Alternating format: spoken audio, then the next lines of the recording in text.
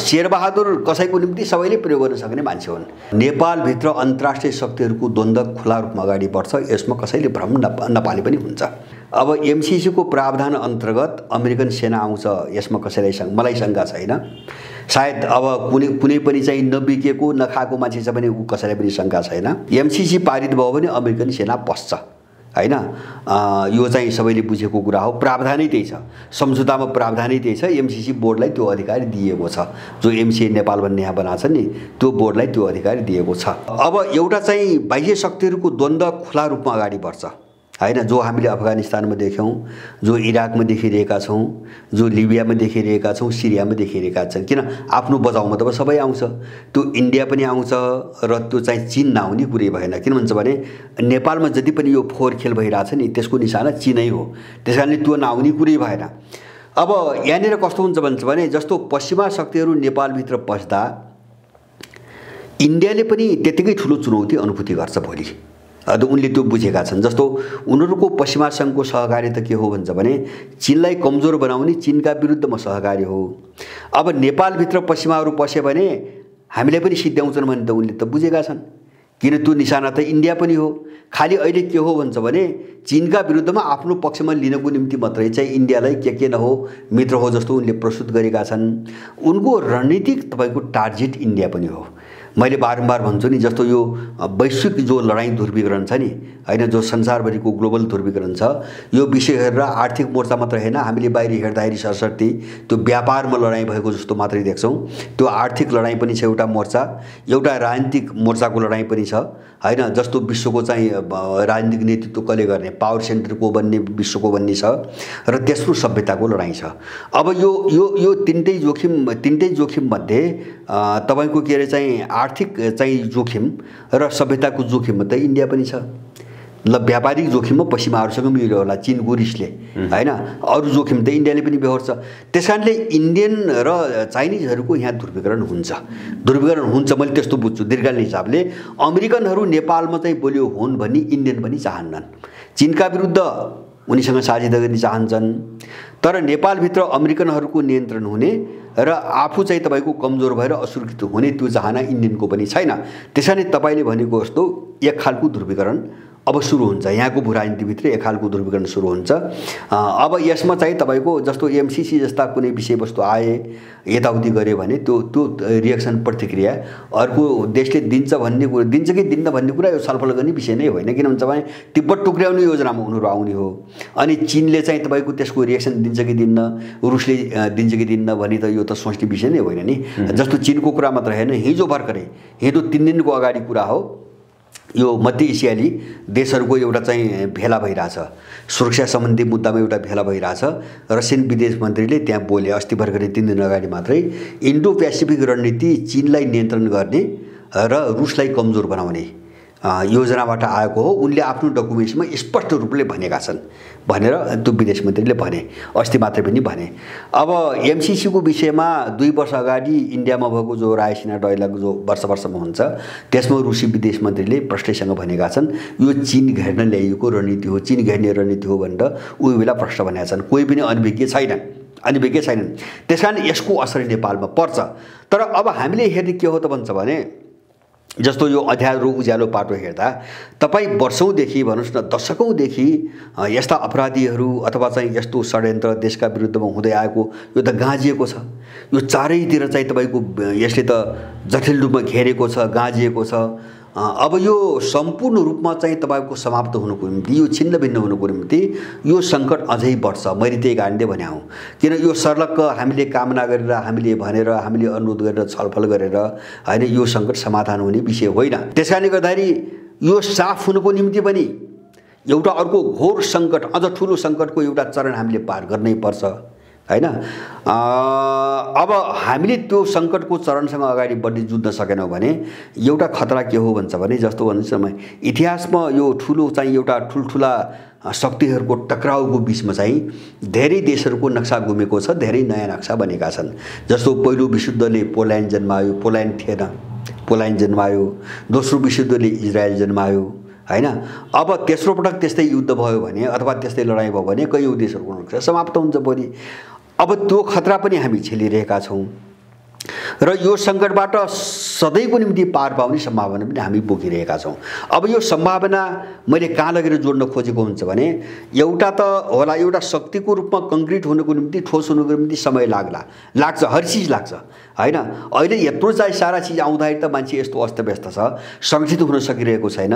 मान्छेमा धेरै खालको समस्या हुन्छ, धेरै तहको समस्या हुन्छ, तर मान्छेले बुझ्दै गएको छ, धेरै बुझ्दै गएको छ।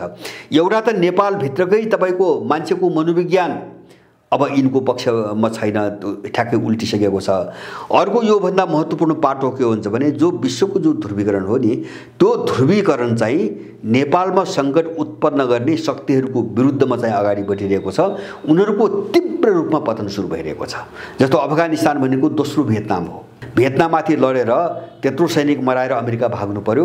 अफगानिस्तानबाट पनि ऊ भागेकै हो, नसकेर ऊ भागेकै हो। अब इराकमा हान्न सुरु गरे, दिनहुँ चाहिँ तपाईँको अमेरिकन चाहिँ सैन्य बेसमाथि चाहिँ मिसाइल आक्रमण भइरहेको छ र इराकी सरकारले चाहिँ चुनौती दिइरहेको छ। अब उनीहरू त्यहाँबाट निस्कन्छन्, सम्हालिन गाह्रो छ। र अहिले अन्तर्राष्ट्रिय स्तरमा जति पनि मुद्दाहरू बल्झिएका छन्, अमेरिकनहरूले कुनै पनि मुद्दामा आफ्नो हात माथि पार्न सकेका छैन। विगत 5-6 वर्ष यता, अहिले मात्रै होइन, विगत 5-6 वर्ष यता तपाईँको क्रिमिया हेर्नुहोस्, सिरिया हेर्नुहोस्, भेनेजुला हेर्नुहोस्, इरान हेर्नुहोस्, अथवा प्यालेस्टाइनमा चाहिँ तपाईँको इजरायल र चाहिँ तपाईँको हमासको कुरा हेर्नुहोस्, अथवा चाहिँ यही यहाँ एमसिसी यही हेर्नुहोस्, अफगानिस्तान सबैतिर उनीहरू हारिरहेका छन्। किन यो ट्रेन्ड हो, यो प्रवृत्ति हो। यसले चाहिँ उनको एउटा पतनको रफ्तार देखाउँछ, दिशा देखाउँछ हो। यो चिजसँग नेपाल अछुतो छैन। किन अछुतो छैन भन्छ भने त्यही मिसनमा नेपाल यस्तो बनाइएको हो हैन। उनको जो ग्लोबल लडाइँ भइरहेछ त्यही मिसनमा नेपाल यस्तो बनाइएको एउटा पोइन्ट हो नेपाल। त्यसैले उनीहरू पतन हुने बित्तिकै नेपालमा उनले परिचालन गरेका अपराधीहरू सबैको पतन हुन्छ, त्यो आफै पतन हुन्छ, यिनीहरू आफै ढल्छन्। अब त्यो एउटा निकै राम्रो चाहिँ तपाईँको पक्ष हो। त्यसकारणले गर्दाखेरि अहिले यो जो अदालतलाई प्रयोग गरे नि, यसलाई त हामीले अर्को के कोणबाट बुझ्नुपर्छ भन्छ भने यिनको अत्यन्तै ठुलो छटपटी र अब चाहिँ नाङ्गो रूपमा अब एउटा गुन्डागर्दी शैलीमा अथवा आफ्नो सारा कट्टु खोलेर नकाब खोलेर अब अन्तिम बचाउमा अब जान सकिएन, यो ढङ्गले चाहिँ जोगाउन सकिएन भने अब केही पनि रहन्न भन्ने टुङ्गोमा उनीहरू पुग्या हो। त्यही कारणले यो बढी नाङ्गो देखिन थाल्यो, नग्नता।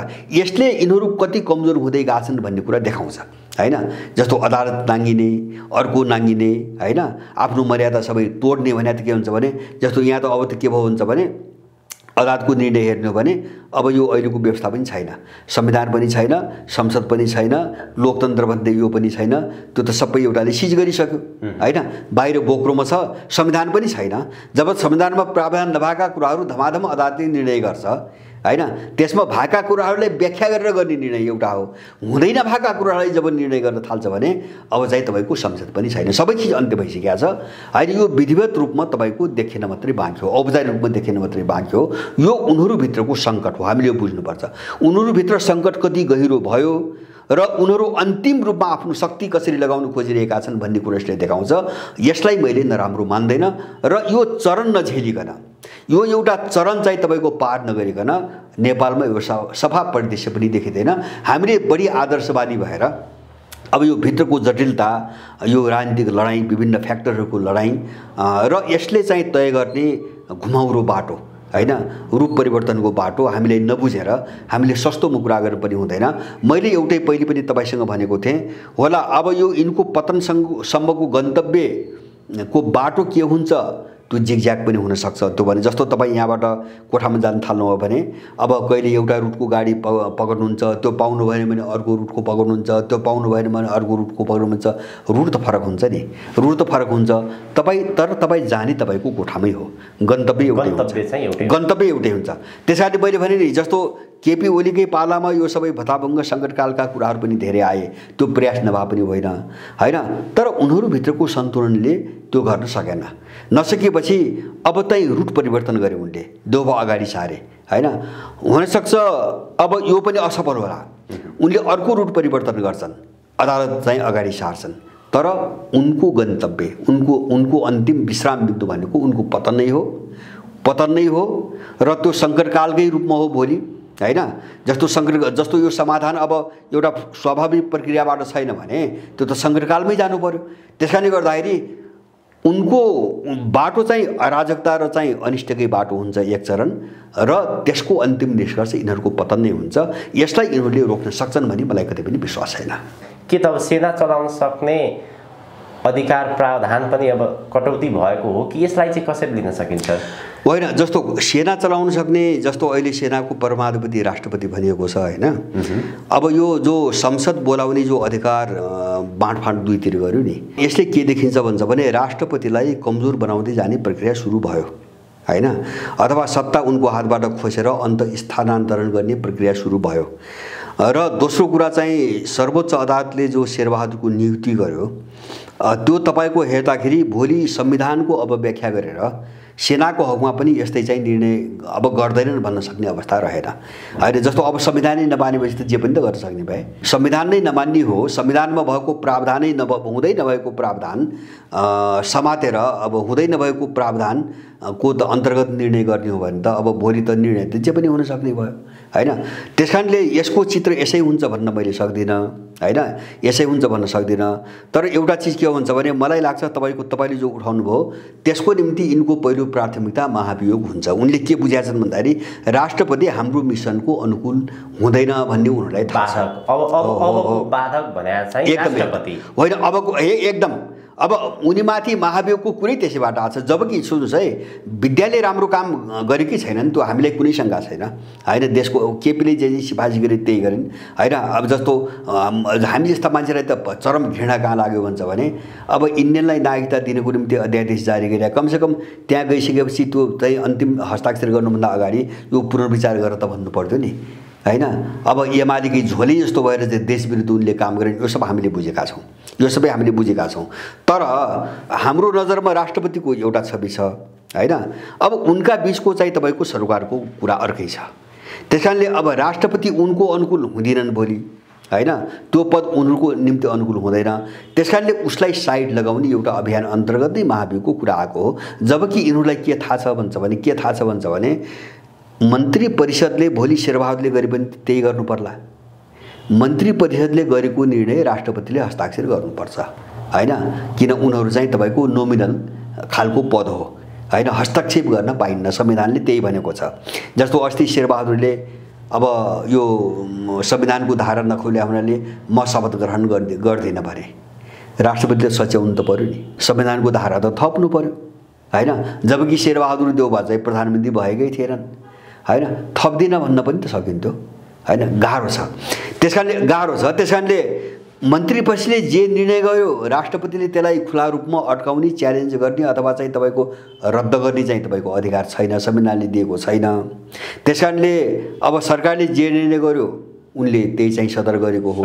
एउटा हामीले हेर्ने बाहिरबाट चाहिँ अनौपचारिक के हो भन्छ भने त्यो पार्टीसँग चाहिँ गलत र अतिरञ्जित खालको निकटता भयो उनको हैन। एउटा राष्ट्रको प्रमुख हो, उनले त देश हेर्नु पर्थ्यो हैन, उनले त देश हेर्नु पर्थ्यो। उनको त देशको पिता भन्नुहोस्, राष्ट्रपिता भन्ने चाहिँ एउटा ठाउँमा उनी बसेकी छिन्। अब त्यो नहेरिकन उनले एमाले केपी ओलीको निर्णय, केपी ओलीलाई अप्ठ्यारो हेर्न थाल्दाखेरि उनी बदनाम भएको हो। अब उनले गर्न सक्ने अरू केही पनि छैन। त्यसकारणले गर्दाखेरि अब जस्तो भोलि चाहिँ तपाईको अहिले चाहिँ त्यो महाभियोगको कुरो किन आछ त भन्छ भने उनी अब प्रतिकूल भइन् हैन। जस्तो अब केपीको पक्षमा लागि भनेर बारम्बार कुरो उठाइरहेछन्, अब भोलि पनि प्रतिकूल त हुन्छ नि। केही नभए पनि प्रतिकूल के हुन्छ भन्छ भने अब यिनले लगेका कुनै निर्णयहरू अब कैयौँ दिन रोकिदिने, अल्मल्याइदिने, लम्ब्याइदिने, अर्को वातावरण सिर्जना पनि त हुनसक्छ। तर त्यो खतरा पनि नआओस् भनेर उनले दुईटा हतियार प्रयोग गरे। मैले पहिले भने एउटा चाहिँ उनको शक्ति चाहिँ कटौती गरेर सभामुखलाई त्यो कमजोर बनाउने प्रयास हो, र दोस्रो अहिले एनजिओले पालेका केही क्रिमिनल, यहाँ बुद्धिजीवीको नाममा केही क्रिमिनलहरू छन्, अपराधीहरू। अब त्योदेखि लिएर यिनी चाहिँ काङ्ग्रेस र माओवादीसँग जोडेका मान्छेले जो महाभियोग भनिरहेछन् नि हो, यसको खास कारण नै राष्ट्रपति भोलि तगारो बन्न सक्छ अथवा चाहिँ अप्ठ्यारो पार्ने कुनै चाहिँ कारण बन्न सक्छ भनेर उसलाई बाटोबाट साफ गर्ने रणनीति हो। त्यो रणनीतिबाट यिनीहरू आछन्। नत्र भने राष्ट्रपतिमाथि महाभियोग लगाउनै पर्ने यिनको कानुनअनुसार है, यिनको कानुनअनुसार राष्ट्रपतिप्रति महाभियोग लगाउनै पर्ने चाहिँ तपाईँको कारण के? त्यो कारण त हुनु पर्यो नि त। अब त्यसको निम्ति त राष्ट्रपति त अपराध गरे हुनु पर्यो हैन।